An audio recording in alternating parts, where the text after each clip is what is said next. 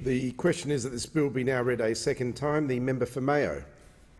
Thank you, Deputy Speaker, and I'll speak quite briefly on this bill, but I will say I rise today to support this bill. The two measures contained in this bill reflect provisions in my own earlier private member's bill, the Fair Work Amendment Recovering Unpaid Superannuation Bill of 2017. The salary sacrifice integrity provision in this bill relates to item 5 from my own bill and closes a loophole that allows unscrupulous employers to claim an employee's salary sacrifice superannuation contributions as employer contributions. This is a pernicious loophole, and closing it has long been overdue. The second provision in this bill, choice of fund for workplace determinations and enterprise agreements, relates to item 7 of my private member's bill and returns the power to the individual employee to determine which super fund they wish to join, rather than allowing them through an enterprise agreement to force them into a fund they may not wish to join.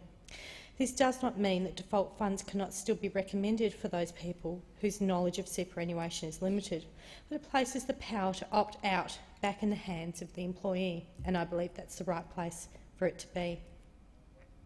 I would add that I do not believe the measure goes far enough, and I cannot see why employees who are paid under some awards cannot be allowed to choose, if they so wish, a fund other than the default recommended fund.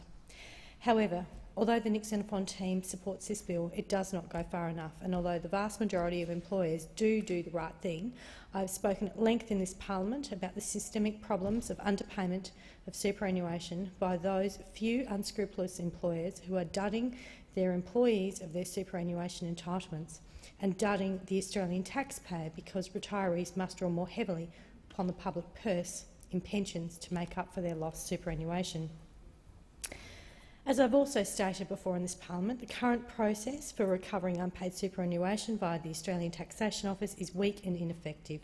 Too many of my constituents have waited for years for the Australian Taxation Office to act, but they have waited in vain, all whilst it is business as usual for some unscrupulous employees, and this is just not good enough. I call upon the government to provide employees with a right of action to recover their own superannuation instead of forcing employees to rely upon the ATO to recover what is, after all, their own money and not the tax office's money.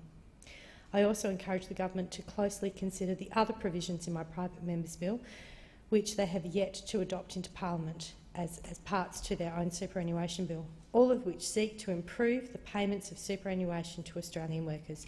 And so, in closing, Deputy Speaker, I support this bill, I commend this bill, and I look forward to us in this parliament doing much more around providing employees with the protections they deserve under superannuation. Thank you.